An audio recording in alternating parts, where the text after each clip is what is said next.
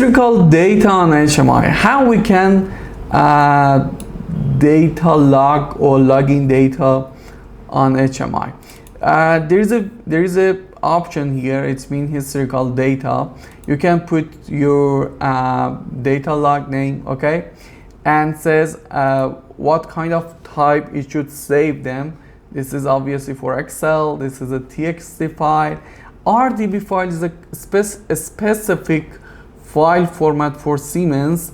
If you want to use it, for example, if you want to use your data logging for Trend, RDB is a good option because Siemens can handle it faster. And this is a data record per log. It's meant, for example, I can put it on, for example, 23. It's mean 23 raw. You will have data logging, and this is the path. We have three obvious paths: storage card, you can use it on HMI, and USB storage, you can plug it to your HMI, and the last one is customized. I put it, for example, my network. This is my network file, and I want to put the data logging there. This is the logging method. Let me show you here. The first one is circular log. It means it goes on, and when it reach the maximum file, I mean size the file, the maximum size of file, it start to write on the first file. Okay, remove it and start to write it again. Segmented circular log, it means, okay, how many segments do you want? When it reach to 10 raw on each file, it goes to the next file. And when the last file, I mean the number 3, it start rewriting on the first one. I will show you. And this is a display system event.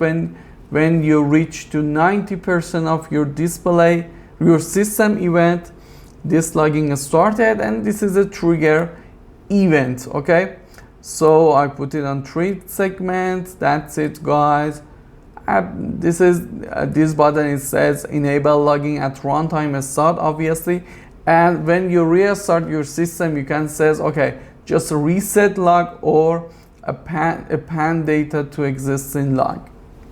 It's something like resume the data logging. And for each data logs, you can define tag. Okay, this is my, for example, pressure on this, and this first one is temp log. And obviously we should or we must assign tag for them. This is the acquisition mode. You can put it on cyclic or on change. It means when you have every change on this tag, just start to log in that tag. And you should notice that most of the time we can use it for Boolean, not for analog or continuous tag. And on demand, it's work on when you trigger that. This is a login cycle. The fastest one is 1 second, and this is a high limit and low limit. If you put no number, or you can define tag to change, for example, this number from a tag, and with this button, with this selection list, you can say, okay, within that band is okay for me, and log that, or outside these numbers start to log in. That's it, guys.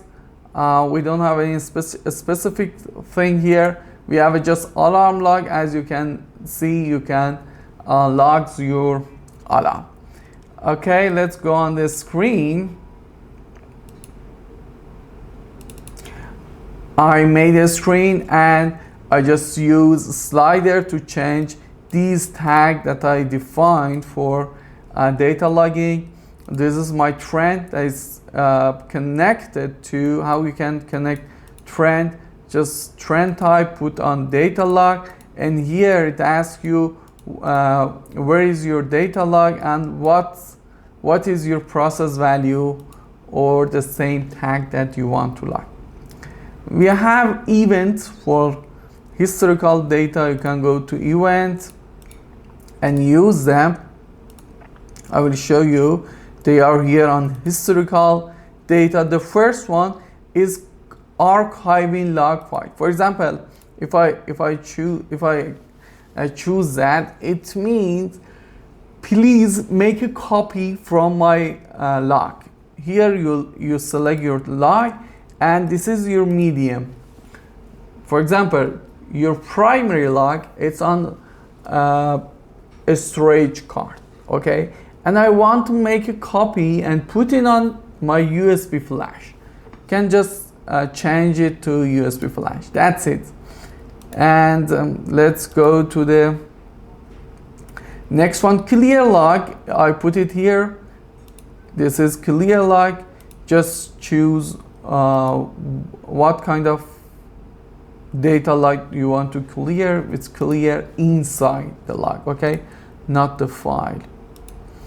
And the next one is copy log or log tag.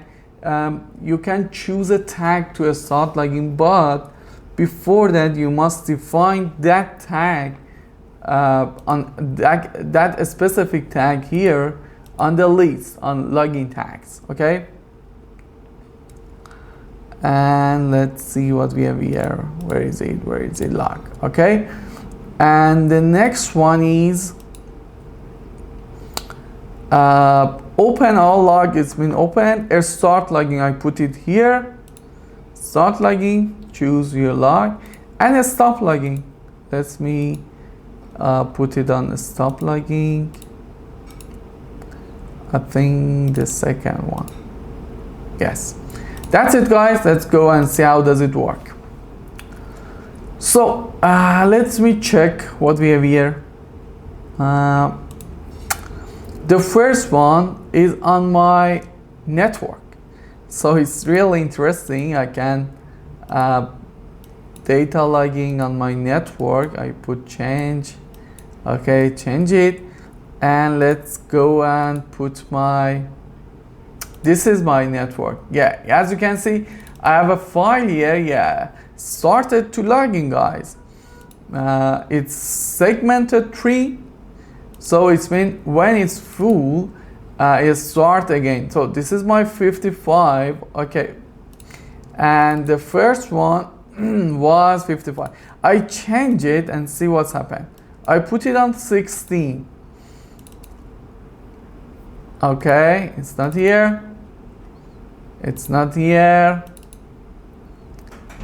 Because it's on every second it start to logging, it means it take long about 10 seconds to write. As you can see, 16 is here. I think now it should be on here, yeah. And it's when it's full, it comes here and start to logging here, yeah, as you can see. So you shouldn't and don't worry for the being full, your medium or everything. The next one is on a storage card. You can find it on the runtime on local disk C. Here a storage card. Okay, this is my, as you can see, is RDB. You can't open RDB with usual software. It's for just Trend or something like that. That's it, guys. You can have historical data and data log on your HMI. If it's useful for you, please like the video. Take care.